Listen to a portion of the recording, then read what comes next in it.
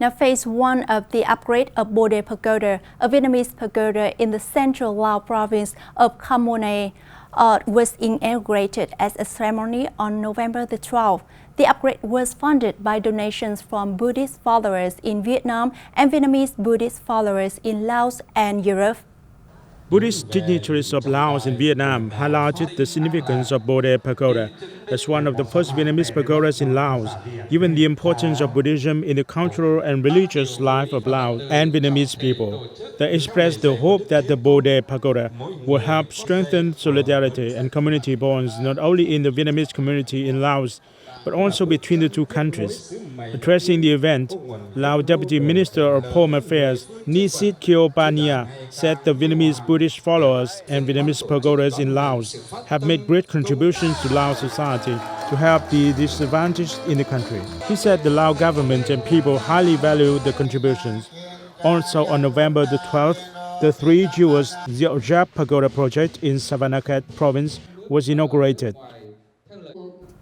Now, the Association of Vietnamese People in Thailand and the Vietnamese Community in Mukdahan Province on November the 11th organized a ceremony to honor the Vietnamese Thai teachers who have made significant contributions to the teaching of the Vietnamese language in Thailand.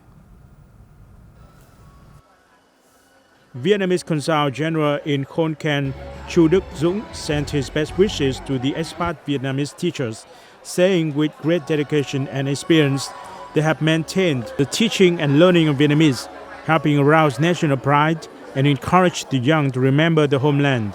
Chairman of the Association of Vietnamese People in Thailand, Nguyễn Ngọc Thìn, said that despite formidable challenges, the first generations of Vietnamese in Thailand set up camps for kids and organized the teaching of Vietnamese to their children. The party and state of Vietnam have paid tribute to the work of the Vietnamese Thai teachers and have organized many trips for them to visit the homeland, as well as training courses for the teachers in the hope to maintain the mother tongue among the Vietnamese Thai communities, he added. The Hạ Long International Cruise Port is welcoming 2 luxury cruise liners with nearly 3,400 European and US tourists aboard on November the 13th to 14th, reported the Tourism Department of the Northern Quảng Ninh Province. On November the 13th, the Malta flood celebrity sources with almost 27 tourists docked at the Hạ Long International Cruise Port. After disembarking, they explored famous destinations such as Quảng Ninh Museum, experienced local culture and cuisine through a city tour of Hạ Long, and visited tourist spots. They will also tour Hanoi, Hai Phong City, and villages in Hai Phong's Vĩnh Bảo.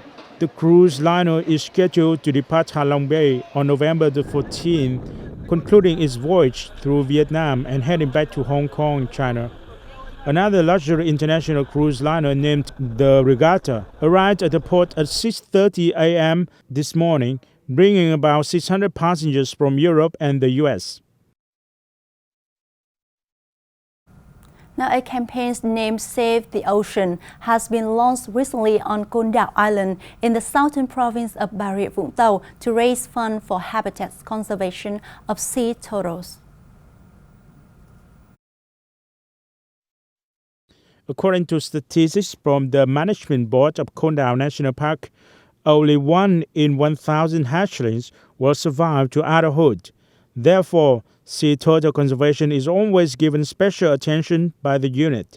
The board is the first in Vietnam to successfully implement a sea turtle conservation program. As of October, it has successfully rescued nearly 2,200 turtle nests with over 195,000 eggs, taught 390 mother turtles, hatched 1,761 nests, and released under control more than 142,000 hatchlings into the sea.